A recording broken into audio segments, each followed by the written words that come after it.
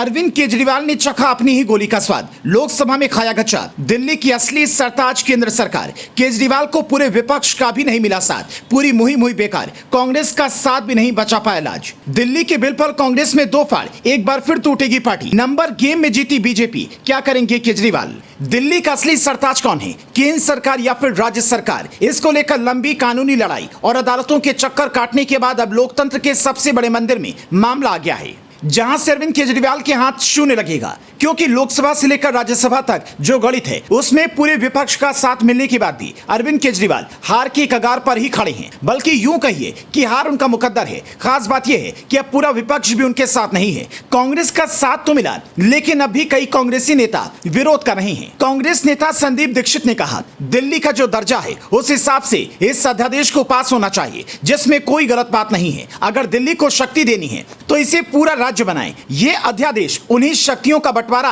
उसी तरह से कर रहा है जो दिल्ली की संवैधानिक संशोधन और दिल्ली अधिनियम की मूल भावनाओं में था। इसीलिए इस बिल का विरोध करना गलत है। मतलब लोकसभा के अंदर अधीर रंजन चौधरी कांग्रेस की तरफ से बिल का समर्थन कर रहे थे, बाहर कांग्रेस के नेता ही अपनी ही पार्टी से अलग लाइन लिए बैठे थे। अब जरा लोकसभा और राज्यसभा का गणित भी समझ लीजिए कि किसके पास कितना समर्थन। लोकसभा में मोदी सरकार बहुमत में है, बीजेपी के पास 301 सांसद हैं, एनडीए के पास कुल 333 सांसद हैं, पूरे विपक्ष के पास कुल 142 सांसद हैं। सबसे ज्यादा 50 सांसद कांग्रेस के हैं। ऐसे में लोकसभा में दिल्ली अध्यादेश पर बिल मोदी सरकार आसानी से पास करा लेगी। राज्यसभा में बीजेपी के 93 सांसद हैं, जबकि सहयोगी दलों को मिलाकर ये 105 हो जाते हैं। इसके अलावा बीजेपी को 5 मनोनीत और 2 निर्दलीय सांसदों का समर्थन मिलना तय है। ऐसे में बीजेपी के पास कुल 112 सांसद हो जाएंगे। हालांकि ये बहुमत के आंकड़े से 8 सांसद कम है। वहीं विपक्षी दलों पर 1 सांसद है। बीजेपी को बीएसपी, जेडीएस और टीडीएस के 1-1 सांसदों से भी समर्थन की उम्मीद है।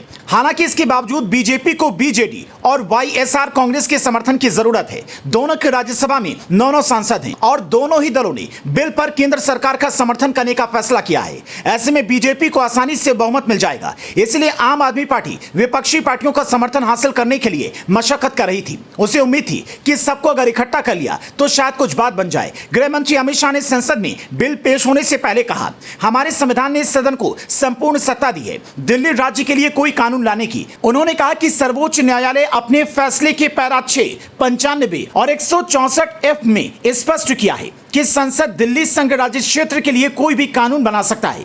इसीलिए बिल को लेकर जो आपत्तियां जताई हैं वो राजनीतिक हैं। कांग्रेस नेता अधीर रंजन चौधरी ने कहा, यह बिल संघीय सहकारिता की अवधारणा का उल्लंघन है। यह सुप्रीम कोर्ट के आदेश के खिलाफ है। यह बिल दिल्ली एलजी की शक्तियों का विस्तार करने के लिए है। Bureau report, leading Bharat TV.